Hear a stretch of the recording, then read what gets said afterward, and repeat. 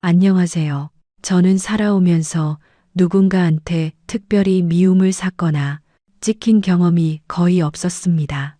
사실 사람이 인생을 살면서 정말 나쁜 의도를 품고 사는 게 아니라면 이유 없이 남을 괴롭힐 일도 없고 일부러 미움을 살 일도 없잖아요.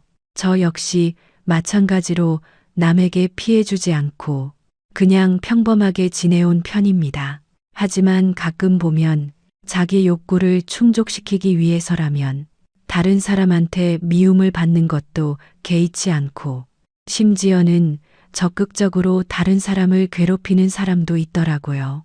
그런 사람 한 명 있으면 주변 사람들이 정말 고통스럽죠.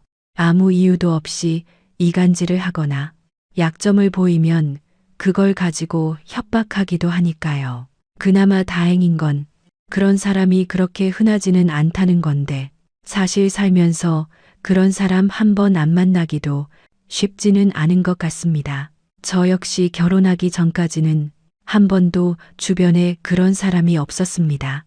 하지만 인생의 큰 일들이 거의 다 마무리됐다고 생각했던 결혼 이후 정말 악독한 사람을 마주하게 되었습니다. 그래서 오늘은 여러분께 당시의 이야기를 한번 풀어볼까 합니다. 저는 평범한 가정에서 태어났습니다. 이곳에서 사연을 듣다 보면 어린 시절부터 정말 힘든 일을 겪는 분들이 많으시던데 저는 그렇지는 않았습니다. 그냥 평범했습니다. 공부를 썩 잘하는 건 아니었지만 그래도 상위권에는 꾸준히 들어가는 실력이라 서울에 있는 대학에 입학했고 다른 학생들처럼 연애도 하고 취업 준비도 하면서 대학 시절을 보냈지요.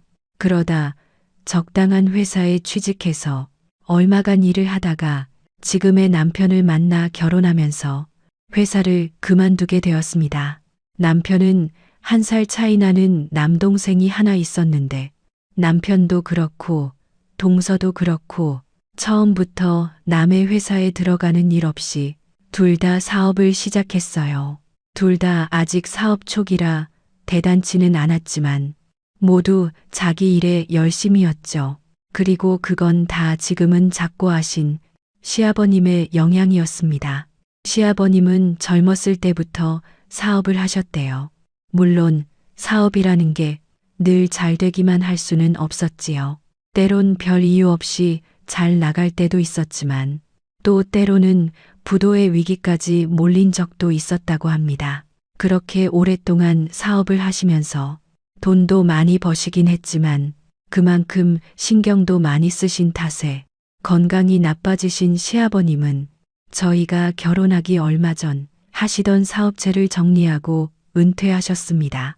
당시 연세가 딱 60이셨으니 그리 빠른 건 아니었지만 그래도 자기 사업인데 과감히 정리하셨던 거지요. 그래도 시부모님의 재산은 대충 200억 대가 넘었다더군요. 그런 시아버님 밑에서 두 형제가 자랐으니 어쩌면 두 사람에게는 사업을 하는 게 당연하게 느껴졌을지도 모르겠습니다. 덕분에 평범한 집에서 태어난 저는 부유한 시댁 덕분에 결혼하고 난 후에는 돈 걱정은 그다지 해본 적이 없었던 것 같네요. 그렇다고 이런 저에게 아무 걱정이 없었던 건 아닙니다. 보통 이쯤이 되면 골치 아픈 문제가 하나씩 나오잖아요. 그리고 그 원인은 보통 시어머니나 시누이에게 있고요. 하지만 저는 좀 달랐어요. 문제가 있긴 했는데 그 원인이 다른 사람이 아닌 바로 제게 있었기 때문입니다. 제가 장녀이기도 하지만 워낙에 좀 숫기도 없고 애교가 없는 편이에요. 사람 만나는 것도 불편해하고 말수도 적고 그렇다고 분위기까지 음침한 건 아니지만 그렇다고 같이 있으면 막 기분 좋아지는 스타일은 아닙니다. 그런 제가 결혼했다고 그 어렵다는 시부모님을 만났으니 얼마나 어렵겠어요. 먼저 살갑게 다가가기는커녕 말도 제대로 못하고 그저 물으시는 말에 대답만 내내 할 뿐이었죠. 제가 생각해도 저 같은 며느리라면 별로 예쁠 것 같진 않아요. 저도 그걸 아니까 어떻게든 고쳐보려고 하긴 했는데 사람이란 게 평생 그렇게 살다가 어느 날 갑자기 바뀌기가 쉬운 게 아니더라고요. 그나마 남편은 워낙 오랫동안 살을 부비고 살아서 그런지 가끔은 마음에 없는 소리도 하지만 그 외 다른 사람한테는 여전히 말도 잘 못 붙이는 편입니다. 그러니 그런 저를 시부모님이 좋아하셨을 리가 없지요. 그렇다고 뭔가 실수를 하는 편은 또 아니라서 딱히 지적하시거나 혼을 내시지는 않으셨지만 내심 아들만 둘이 있는 집에 처음 들어온 며느리니 딸처럼 좀 살갑게 다가와 줬으면 하시는 눈치셨어요. 저는 그걸 알면서도 못한 거였고요. 그래도 며느리가 저 혼자였을 땐 그나마 괜찮았습니다. 비교 대상이 없었으니까요. 하지만 도련님이 저보다 2살이나 어린 동서와 결혼하게 되면서 모든 것이 달라지고 말았어요. 동서는 대학을 졸업하고 다시마를 함마고 공구 일을 에세마를 무슨 의류 쇼핑몰을 하는 사람이었는데 한눈에 보기에도 사람이 참 밝고 싹싹하더라고요. 그래도 명색이 시부모님인데 어렵지도 않은지 아버님 어머님도 아니고 그냥 아빠 엄마 하면서 달려가니 제가 봐도 예쁠 것 같았네요. 아닌 게 아니라 동서가 그렇게 애교를 부릴 때마다 시부모님 2분 모두 입꼬리가 귀에 걸리는 게 보일 정도로 좋아하셨습니다. 심지어 저와는 다르게 듣기 좋은 소리도 엄청 잘했어요. 어머, 엄마 이 옷 어디서 산 거야? 너무 예쁘다. 그래? 네가 보기에도 괜찮아 보이니? 그럼 내가 그래도 명색이 의류 쇼핑몰 대표잖아. 이 옷도 멋지지만 엄마한테 너무 잘 어울려. 엄마가 옷 보는 안목이 이렇게 대단한 줄 몰랐네. 그래? 너무 젊은 애들 스타일 아닌가 싶어서 좀 걱정했는데 네가 이렇게까지 얘기해 주니 사길 잘했다는 생각이 드네. 에이 엄마, 요즘 젊은 사람 스타일이라는 게 어디 있어. 젊게 입으면 되는 거지. 그리고 엄마는 어떻게 생각하는지 모르지만 엄마 진짜 동안이야. 우리끼리 나가면 언니 동생이라고 할걸. 그 정도까진 아니야. 왜 아니야? 가뜩이나 동안인데 이렇게 차려입으면 그냥 내 언니지. 누가 엄마라고 하겠어. 하여튼 앞으로 계속 이렇게 입으세요. 진짜 보기 좋아. 아니, 아니다. 그냥 이번 주말에 같이 쇼핑 가요. 내가 엄마 예쁜 옷 많이 사줄게. 그래, 그러자. 이러니 시어머니가 넘어가지 않을 도리가 없었던 거지요. 저는 시어머니가 그렇게 칭찬에 약한 사람인지 몰랐습니다. 솔직히 저희 시어머니도 연세가 벌써 환갑이신데 동안 어쩌고 할 나이는 아니시거든요. 물론 이런 식으로 생각하는 것 자체가 문제라는 건 알지만 사실이 그런데 어쩔 수 없잖아요. 하여튼 그런데도 동서는 전혀 그런 내색 없이 진심으로 그런 말을 했습니다. 거기다 살살 눈웃음을 치면서 팔짱까지 낀 채 엄마, 엄마 거리는데 어떻게 안 넘어갈 수가 있을까요? 동서가 귀여움받을 일은 그것만이 아니었습니다. 결혼하면서 혼수만 간신히 해왔던 저에 비해 동서는 무려 4억짜리 아파트를 해왔어요. 사업이 얼마나 잘 되는지는 모르지만 자기 말로는 친정 부모님께선 전혀 보태지 않으셨다더라고요. 애교도 많은 데다가 4억짜리 아파트까지 해온 며느리, 어떻게 그런 며느리를 예뻐하지 않을 수 있겠어요. 저도 그런 부분은 다 인정합니다. 하지만 동서에 대한 시부모님의 내리사랑을 동서가 이용하기 시작하면서 모든 것이 달라지기 시작했어요. 물론 귀여움받을 짓을 하니 예뻐하시는 건 당연하겠지요. 하지만 동서는 시부모님의 사랑을 교묘하게 이용해서 자기 이득을 챙기기 시작했네요. 엄마, 이번 명절에도 음식 많이 해? 식구들 수가 있으니까 그래도 할 만큼은 해야지. 갑자기 음식은 왜?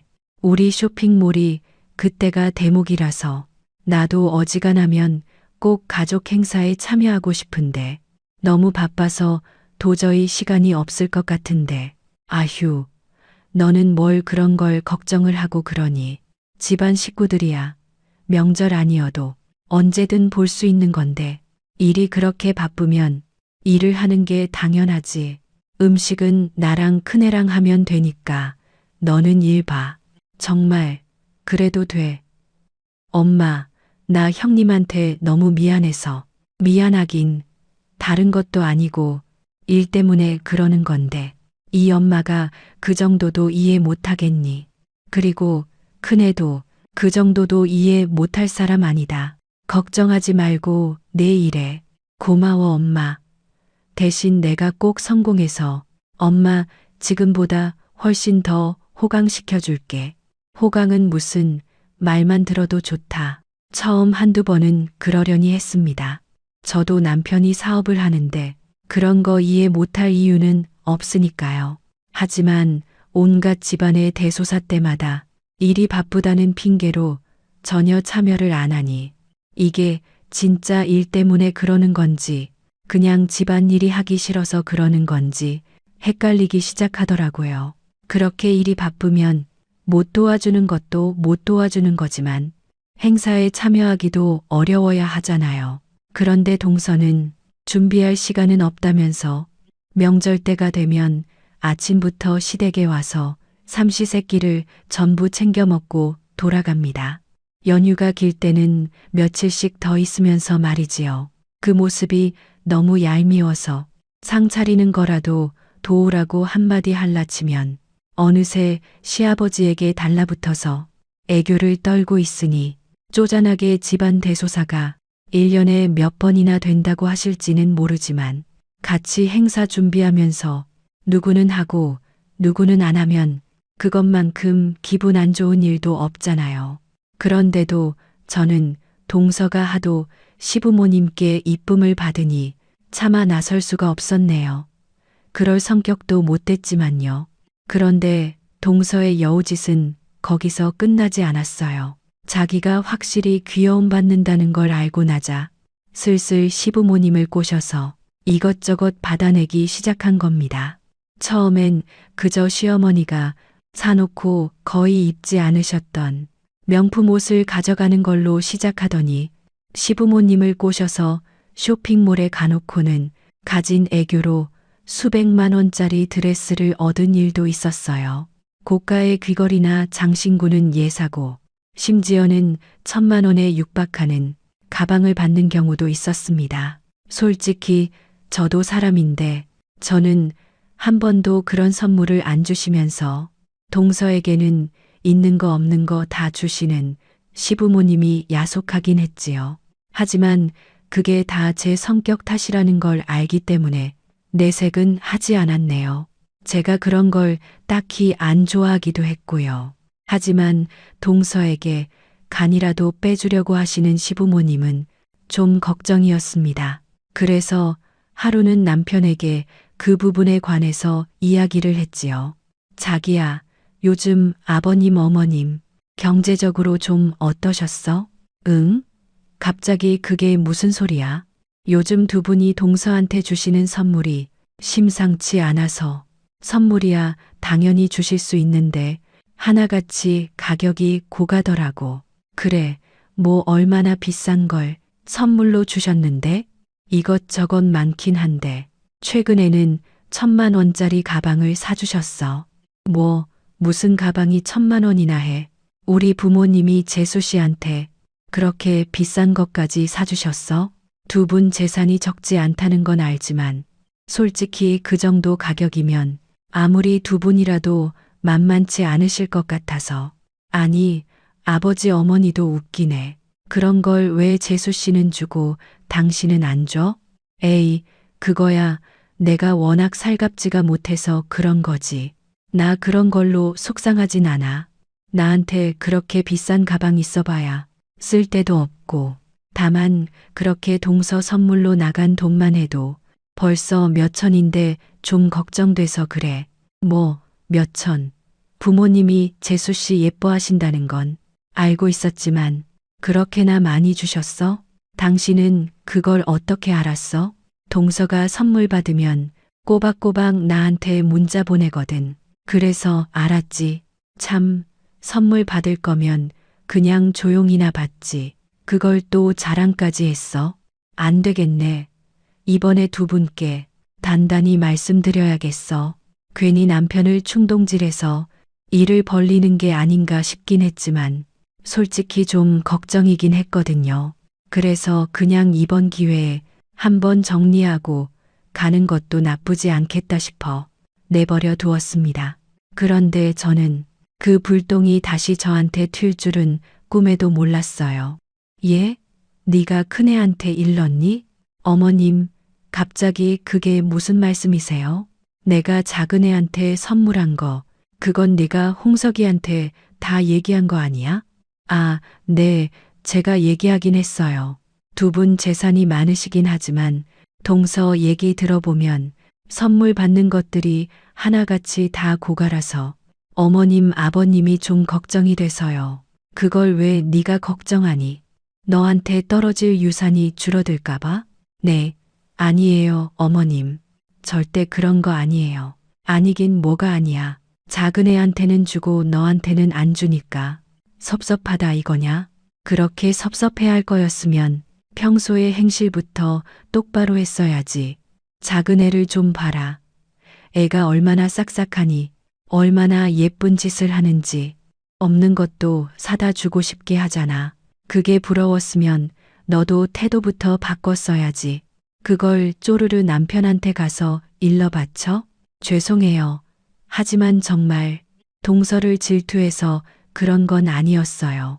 그냥 시부모님 경제 사정이 걱정돼서 그랬던 것뿐이에요. 얘가 끝까지 아닌 척하네. 그래 뭐 네가 아니라는데 별 수 있겠니.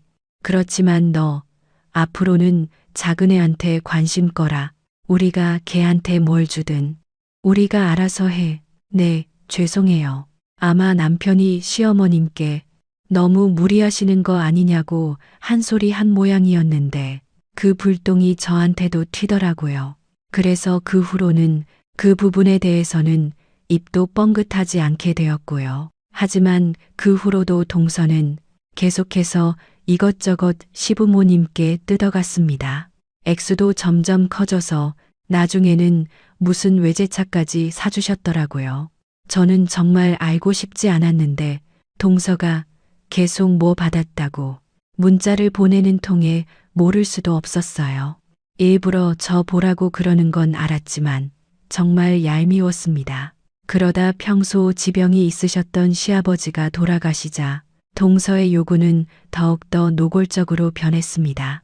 시아버님이 돌아가시면서 가지고 계셨던 재산 중에서 예전에 두 분이 사셨던 70억짜리 대저택과 현재 사시는 아파트를 제외한 나머지 재산은 전부 반씩 나눠서 저희와 도련님에게 주셨거든요.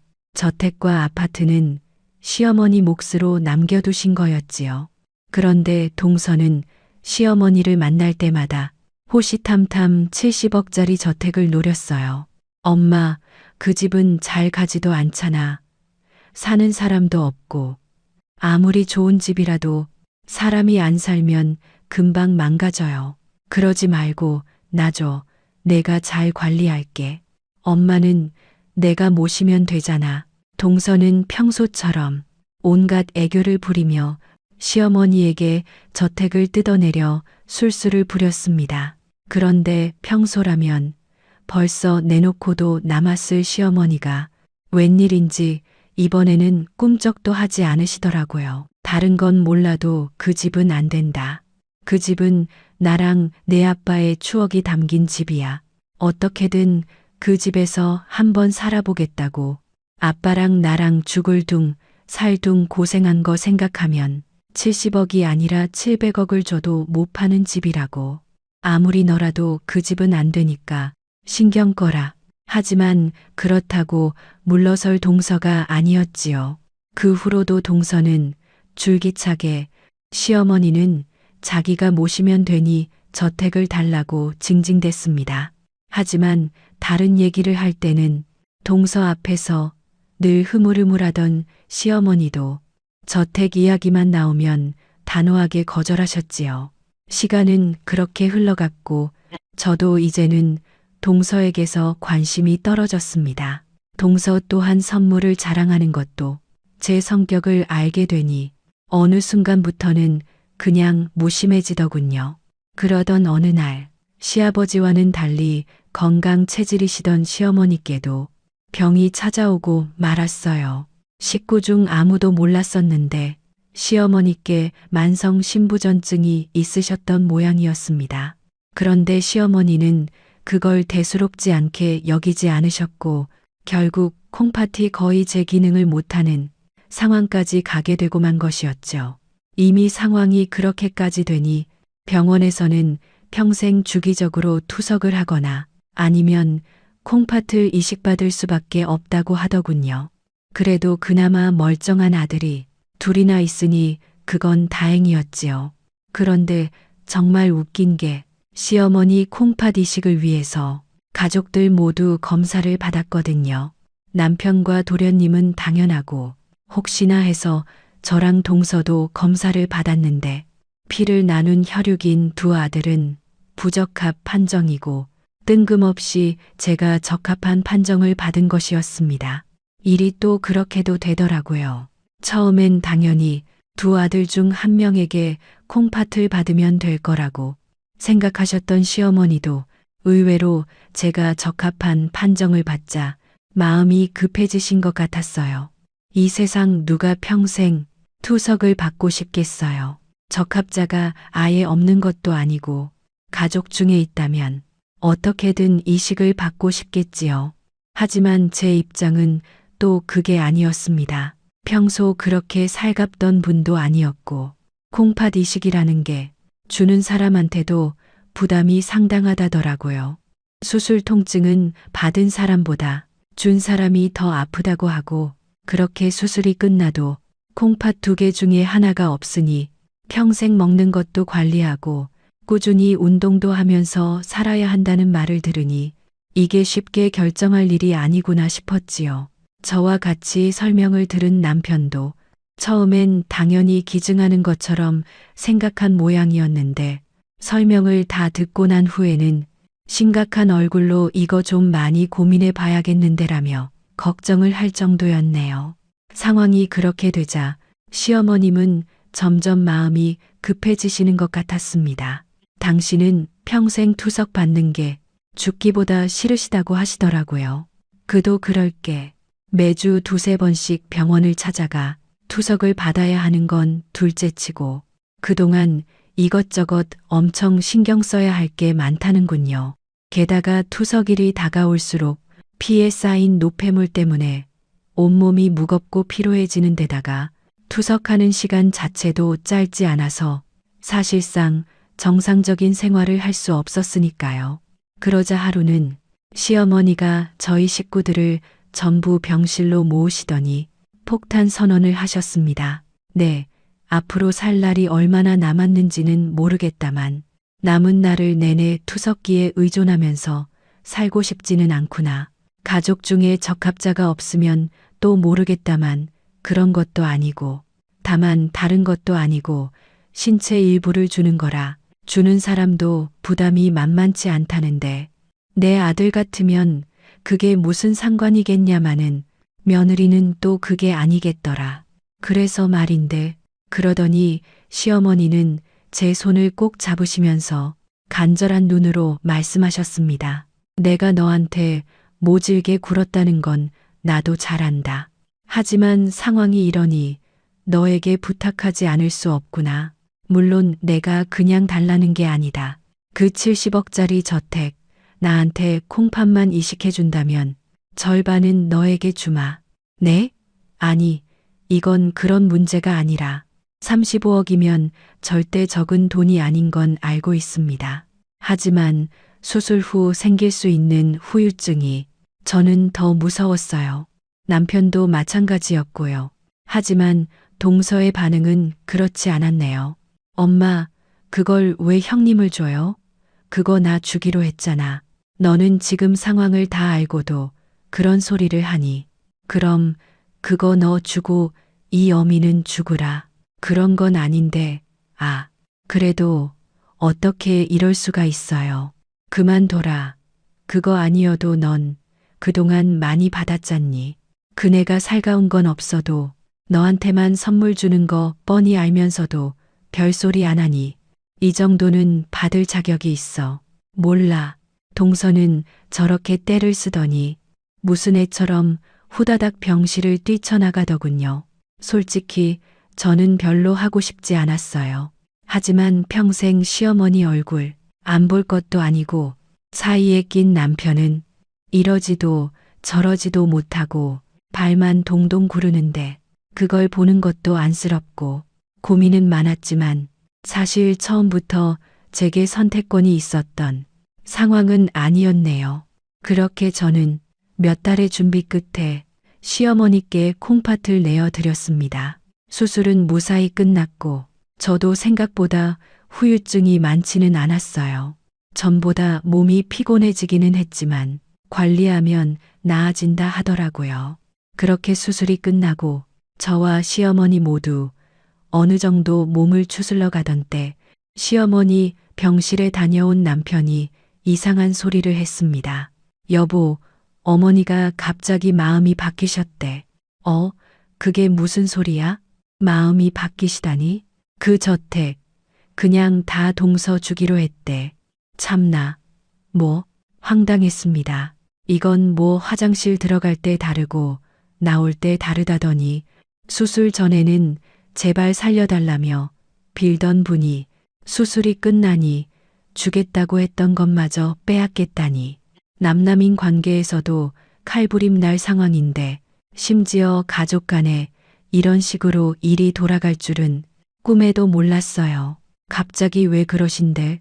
수술 잘 끝나니까 아까우시대? 나도 모르겠어. 그냥 처음부터 말씀이나 하지 마시지. 이제 와서 우리만 우습게 됐잖아. 도대체 이런 경우가 어디 있어. 동서가 살가운 건 나도 알지만 아무리 그래도 이건 너무 하시는 거잖아. 난 내 목숨까지 걸고 콩팥을 드렸는데 고작 돌아오는 대가가 이거야? 어떻게 이러실 수가 있어? 나도 정말 미치겠다. 우선 좀 기다려봐. 도대체 왜 갑자기 그러시는지 좀 알아볼게. 그런 남편은 도대체 어떻게 된 상황인지 왜 갑자기 마음이 변하신 건지 알아보기 위해 몇 번이나 시어머니의 병실을 드나들었습니다. 하지만 시어머니는 그냥 아무런 이유도 되지 않고 완강하게 버티기만 하신다더라고요. 갑자기 청천벽력 같은 소식을 듣고 난 후 저는 몸도 제대로 추스르지 못한 채 그저 눈물만 펑펑 쏟았습니다.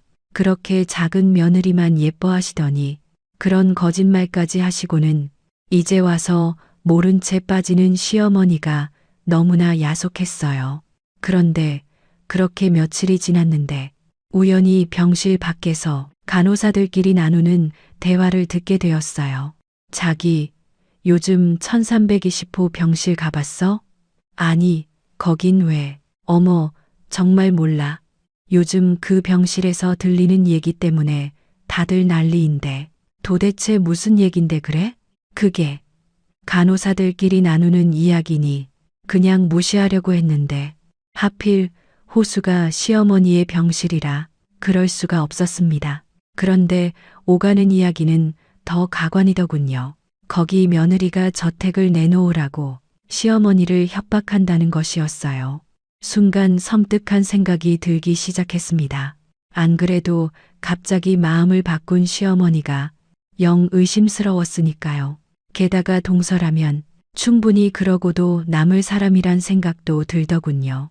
그래서 몸이 아파 정신없는 와중에 남편을 시켜서 어머님 병실에 녹음기를 갖다 두라고 얘기했지요. 간호사들에게 들은 이야기를 하면서 적당히 인형에 넣어서 두면 될 거라고 했더니 알겠다고 하더군요. 그리고 며칠 후 남편이 부들부들 떨리는 손으로 전달한 인형 속 녹음기에는 엄청난 대화가 녹음되어 있었습니다. 어머니, 혹시라도 마음 바꾸시면 어떻게 되는지 아시죠?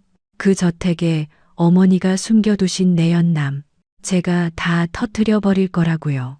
그렇게 되면 그 남자가 계속 어머니 곁에 있겠어요? 얘야, 그것만은 제발. 말년에 남은 거라고 그 사람밖에 없는데. 그러니까 잘하시라고요. 저는 너무 놀라서 더 듣지 못하고 남편에게 어떻게 된 일이냐고 물었어요. 그랬더니 남편이 자기 일도 믿기지 않는다면서 녹음기에 녹음된 나머지 이야기를 들려주더라고요. 시아버지가 돌아가시기 전부터 시어머니에게는 젊은 내연남이 있었는데 식구들 몰래 그 저택에 데려다 놓고는 가끔 가서 만나셨다고 합니다. 그런데 갑자기 병원에 입원하게 되자 식구들에게 들킬 것을 염려한 시어머니가 나름 제일 믿음직스럽다는 동서에게 저택과 남자를 맡겼던 거지요. 하지만 동서는 그 비밀을 빌미로 시어머니를 협박했던 겁니다. 세상에 이게 무슨, 시어머니도 그렇고 동서도 그렇고 어떻게 사람들이 그럴 수가 있어. 나도 모르겠어. 우리 집이 이렇게 난장판인 줄은 나도 몰랐으니까. 이제 어쩌지. 어쩌긴 뭘 어째. 재수 씨 뒤밟아서 증거 잡아야지. 이거 아마 도련님도 모르고 있을 거야. 다 터뜨리고 제자리 잡아야지. 이미 눈에 불이 들어온 남편은 증거를 잡겠다고 벼르고 있었어요. 그리고는 사업장 일도 잠시 손을 놓고 동서를 따라다니기 시작했지요. 하지만 남편의 추적은 얼마 걸리지도 않았습니다. 알고 보니 동서는 거의 매주 서너 번씩 그 저택을 다니고 있었더라고요. 그런데 그렇게 저택으로 간 동서의 뒤를 밟은 남편이 가지고 온 것은 너무나 충격적인 것들이었네요. 고작 며칠 사이에 수술한 저보다도 더 안색이 어두워진 남편은 침통한 얼굴로 시어머니의 병실에서 가족들을 불러 모았습니다. 이젠 저도 어느 정도 몸을 가눌 수 있어 링거를 꽂은 채로 그 자리에 참석했지요. 도련님은 영문도 모르는 눈치였지만 동서는 이제야 자기가 다 갖게 될 거라는 기대에 부푼 모습이었네요. 하지만 남편의 첫마디는 모든 사람을 의아하게 만들었습니다. 나 진짜 도대체 우리 집안이 왜 이렇게 됐습니까? 다들 제정신입니까? 그게 무슨 말이야, 형, 제정신이냐니. 아직 어머니 회복도 안 되셨는데 갑자기 그게 무슨 말이야? 야, 이 멍청한 놈아. 너는 내 와이프가 무슨 짓거리를 하고 다니는지 알면서 그러고 사냐? 뭐, 형, 다짜고짜 그게 무슨 소리야. 아무리 형이라도 그런 말은 못 참아. 이거나 보고 얘기해라.